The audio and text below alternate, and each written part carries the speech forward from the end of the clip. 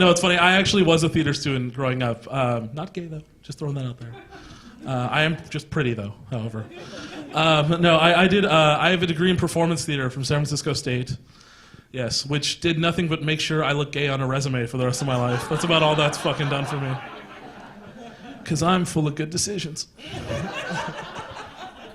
It's funny, when I was in LA, I visited my family. It was Christmas time. I have a 7-year-old niece. I love her to death. I really do. She's kind of a spoiled little bitch, though. And I didn't realize that until I got her a Christmas gift. I bought her a Barbie doll. 7-year-old girl. The fuck else was I going to get her? She opens it up. The first thing she says is, Uncle Greg, where's Barbie's dream car? Yeah, I had to play that off. It's kind of fucked up. I'm like, well, sweetheart, this is teacher Barbie. She can't afford the dream car. She does, however, come with debt. That one hit close to home with some of the unemployed teachers in North Beach. Is that it? Yeah, fuck me right here. No, it's funny. My nephew, he is 6.5 years old, and they bought him a Nintendo DS for Christmas. And they got him one of those Pokemon games with it. Yeah. And he's explaining it to me. Apparently Pokemon is an abbreviation for pocket monsters. Thank God.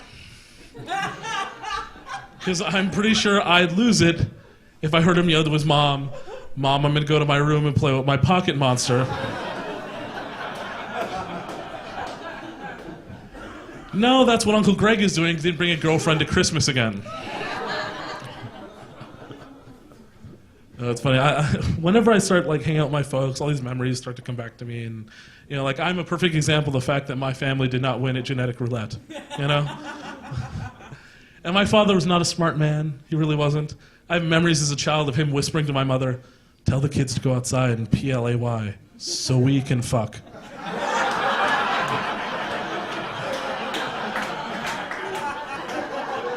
Not a smart man, my father. My father, he never got angry, though. He never hit me or my brother. Whenever my father got angry, he'd take a deep breath, he'd count to 100, and then he'd pull my head out of the water. He never hit me or my brother. I started to think about my childhood, and I think my first real betrayal in life was when I realized the babysitter only hung out with me for the money. I think that was a big one. That really bothered me. It's funny, whenever I'm with my family, weird shit happens. I was hanging out with my aunt, and we were at Applebee's in Daly City. And the table next to us, this woman just whips it out and just starts fucking breastfeeding her kid right there in the middle of the restaurant. And everybody around her is getting really uncomfortable. And after about 5 minutes, the waiter comes up to her and says, "Miss, you can't do that here." I'm pretty sure it's because he was sick of hearing, "I'll have what the baby's having." I'm pretty sure. Yeah. It's funny, I was a server for a long time. I worked in the restaurant industry for a while, and I was dating a girl who was also a waitress. And it's funny, because when you work in the restaurant industry, it warps your perceptions about a lot of things. It even affected the way she acted in bed. Every couple of minutes, she'd stop and say, "Is everything okay? Can I get you anything? Is everything all right?" No, it's weird. I'm single. I've been single for about 2 years now. And me and my ex-girlfriend, we broke up. We had a lot of little differences that piled up after a while, I was a night person. She fucked my friends. Just little things that piled up. And it's funny, we'd always argue about the stupidest shit. She used to always complain about contraceptives. "Oh, Greg, using my diaphragm's a pain in the ass." Well then, bitch, I think you're using it wrong. Everybody get that one who's gonna get it?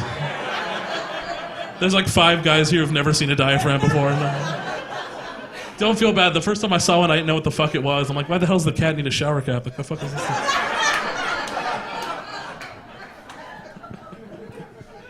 We argued about everything, and she loved astrology too. That was a big thing with her. She used it as a fucking excuse for everything. "Oh, Greg, I'm a Scorpio. That's why I'm gonna fuck all your friends. I'm a Scorpio."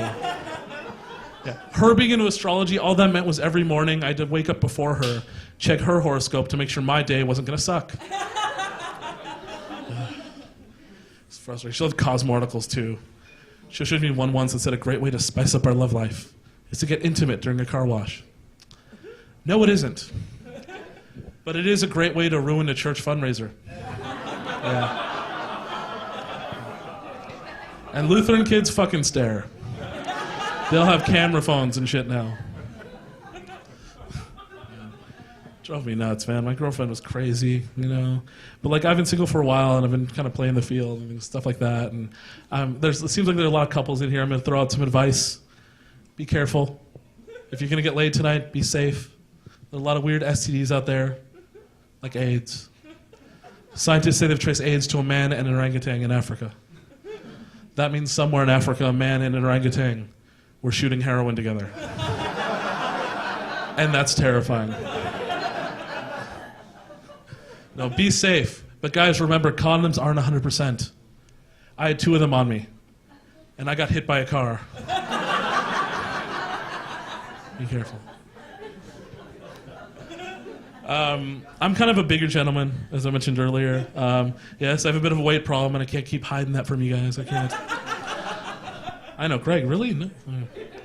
It's funny, like, I used to try and pump myself up about it. Like, I look myself in the mirror, you know. I try to tell myself that I'm not too fat. Like, Greg, you're a big dude, but you're not too fat. No, they're fucking signs that I have to concede to now. It's never a good sign when you're at a wild party. Everyone's doing cocaine and you actually have powdered sugar on your face. That's never a good sign.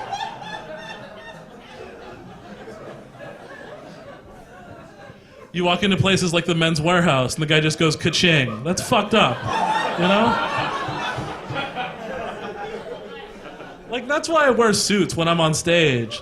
Like, I'm not a good-looking dude. I'm a perfect example of what happens when you repaint a shitty car, you know? Like, I don't take care of myself, you know? My doctors always give me shit about losing weight. So I finally crack, and let them set me up with a gym membership. I don't know what the hell I was doing there, you know? The first 5 minutes I was there, I knew I had no fucking business being there whatsoever. So I don't know what I'm doing, so I figure I'll take a class. I go to the girl behind the counter, 24 Hour Fitness. I'm like, sweetheart, always put me in whatever class you think is best for people my size. She put me in Lamaze. Yeah. Don't knock it. Great place to meet loose women. Lamaze class. Yeah. It's funny, like I used to get really down on myself about being a big dude because I used to get made fun of for it when I was a kid. And I've realized that there are benefits to it when you're an adult. There are. Like, a lot of people don't know this. Overweight people in certain situations are now a civil protected minority. I wish I was fucking making that up. It happened because in the 90s, there was this fat bitch who worked for Southwest who got fired for being too fat. She sued, and it went to the Supreme Court, and she won. And I'm just glad that that got settled in court. Because we didn't want to have the £1 million march. We didn't want to do that. A march, not our form of civil disobedience. We prefer the sit-in. Move me, asshole. All right, you guys. Thanks a lot. You guys have been such a great crowd. Thank you for coming out tonight.